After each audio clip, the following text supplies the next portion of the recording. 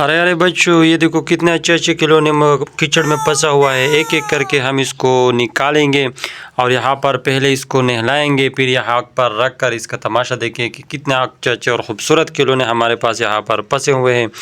ये देखो, ये तो हमारे पास सुपर बाइक है, बहुत ही खूबसूरत। ये तो मिलिट्री ट्रक है। ये तो रेल का इंजन है, ट्रेल का इंजन है। ये तो बहुत ही खूबसूरत मोटर कार है। और ये देखो, ये तो मॉन्स्टर कार भी है और रेसिंग कार।